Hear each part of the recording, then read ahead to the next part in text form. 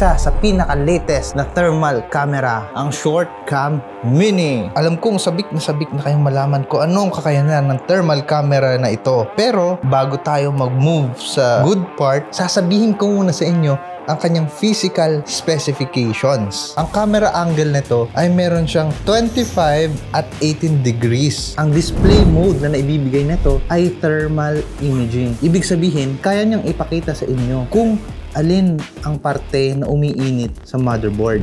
Meron siyang Type-C connection at saka USB 2.0. Ang lens nito ay meron siyang weight na 36 grams at ang body niya ay 200 grams. Suma total, meron siyang 236 grams kung ito ay yung titimbangin. Ang length niya, kung ito ay yung tutuwirin, ay meron siyang humigit kumulang na 30 centimeters. Ang lens specifications nito ay merong diameter na 34mm, height of 47.5mm at ang lantern nito ay shape type. Ang temperature measurement nito ay nagre-range from -20 degrees Celsius hanggang sa pinakamalakas na 550 degrees Celsius. Siyempre, ang bawat thermal camera meron yung distansya. Hindi naman pwedeng kahit gaano kakalayo susubukan mo na. Ang range nito ay from 5 cm to 25 cm.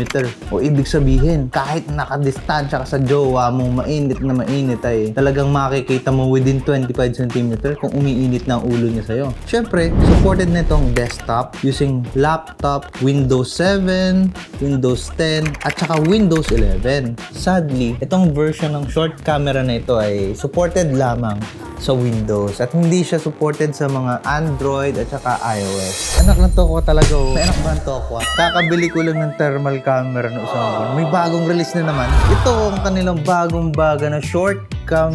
Medyo marami nagme-message sa akin, Boss Tech Bay, Boss Tech Bay. Pengi naman akong review nung pinakabagong Shortcam Mini. Ito siya Siyempre, sponsored to ni Paring Mijing. Paring Mijing! Thank you. You're the best. Of course, mura talaga siya kumpara doon sa mga late predecessors niya. Pero siyempre, lahat tayo nahuhumaling pagdating sa thermal camera. Itong thermal camera na to ang nagpapadali ng proseso ng paggagawa o pagkukumpuni ng motherboard ng mga iPhone, Samsung, at kung ano-ano pa. Damay mo na pati mga laptop. Sabihin na natin, oo, may knowledge ka, nakapag-aral ka ng mga motherboard repair o anong level 3 repair procedures. Pero syempre, iba pa rin kasi kapag may sinasabi mong meron akong thermal camera na pinaglaanan o pinag-ipunan para mas mapadali ang proseso base sa mga kaalaman ko. Alam kong nagmamadali na kayo, gusto niyo nang buksan ko to, kaya umpisahan ko ng unboxing. Roll the intro, let's go!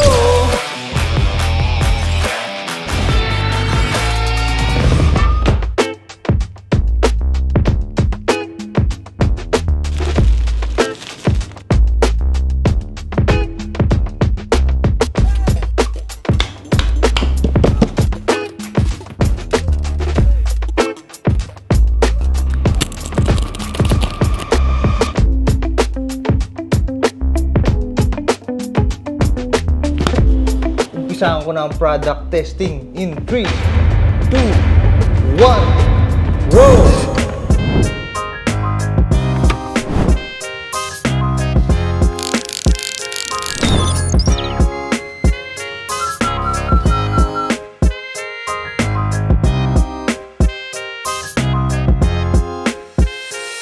Ano mga brad? Cleared ba? Kasi ganito Ngayong natunghayan nyo na kung ano ang specs at saka kung anong meron dito sa Shortcam Mini na to. Gusto nyo malaman kung ano ba talaga yung mas maganda. Kasi tulad na sinabi ko last time, syempre tayo mga technician, kailangan nating piliin kung ano ba talagang the best gamitin. Kasi hindi naman biro presyo ng mga to Grabe ang puhunan ng mga to. Kaya kailangan natin maging wais sa mga tools na pag-i-investan natin, di ba? Alam ko, tinatanong nyo ako madalas anong mas maganda. Yung latest o yung luma, okay? Itong thermal na to, magkapareho lang sila ng company, okay? Kaya kahit saan kayo pumili dyan, win-win pa rin sa kanila. So, ito ang Shortcam Mini. Yan.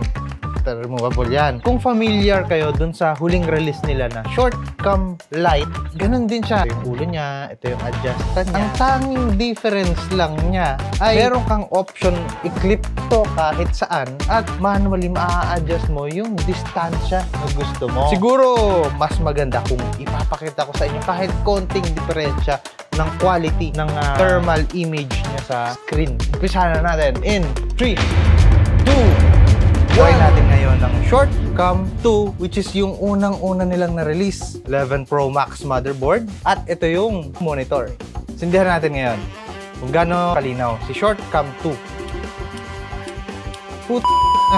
Kailangan natin yung palit ng lighter. Defective. Balik kami. Siya nga pala, meron kaming specs glue. Pinoy made. Mas maganda to sa kinasanayan yung B7000. Maganda pala siya, pero medyo complicated lang. Sige nga, ipatulong Ramjel. 1, 2, roll. Ngayon natin sa 11 Pro Max. Nang itim tuloy. Ayan. Ganyan yung clarity. No. Shortcom 2. Take note, Shortcom 2. Yung lumang model. Yan siya kalinaw. Doon naman tayo sa latest na Shortcom Mini.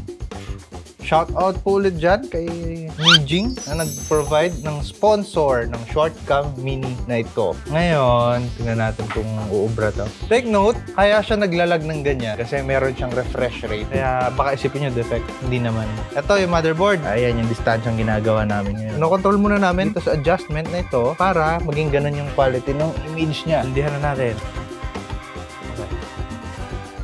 Here we go! At ito na nga, i-adjust natin kung ano yung kanyang quality. Kayo humusga ngayon mga brad. Ano ba talaga ang pipiliin nyo? Shortcom 2 or Shortcom Mini? So ngayon mga brad, nakita nyo na yung thermal difference nitong Shortcom 2 sa Shortcom Mini. At alam ko talaga ang gusto nyo itanong sa akin. Tech Bay, Boss Tech Bay, Boss Tech Bay! Magkano?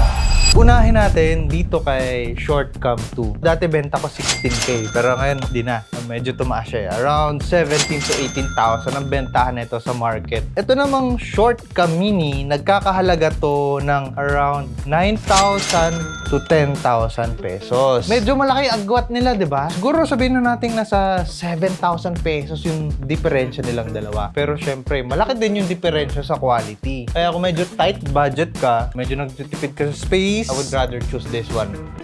Pero kung inuulan ka naman ng grasya at ang dami mo namang motherboard repair araw-araw, ang dami mong dealers, tapos ang dami mo pang suki, why? Kailangan mo pang tipirin ng sarili mo. Eh kung pwede ka naman dito na lang sa mas matindihang Shortcom 2 compare dito. Uulitin ko ulit mga brad, ha? Baka sinasabi nyo luto itong labanan na itong dalawa. Hindi ko sinasabing mas bilhin nyo ito. Siyempre, kayo pa rin na magde-decide. Goods din naman to talaga eh. Promise, goods din siya. Depende lang talaga sa'yo. Kung ano yung gusto mo at kung ano ang budget mo. Maraming salamat. Sana nagustuhan ninyo ang aking maiksing product review dito sa latest na Shortcom Mini. Tatapusin ko na ang video ito. Ciao!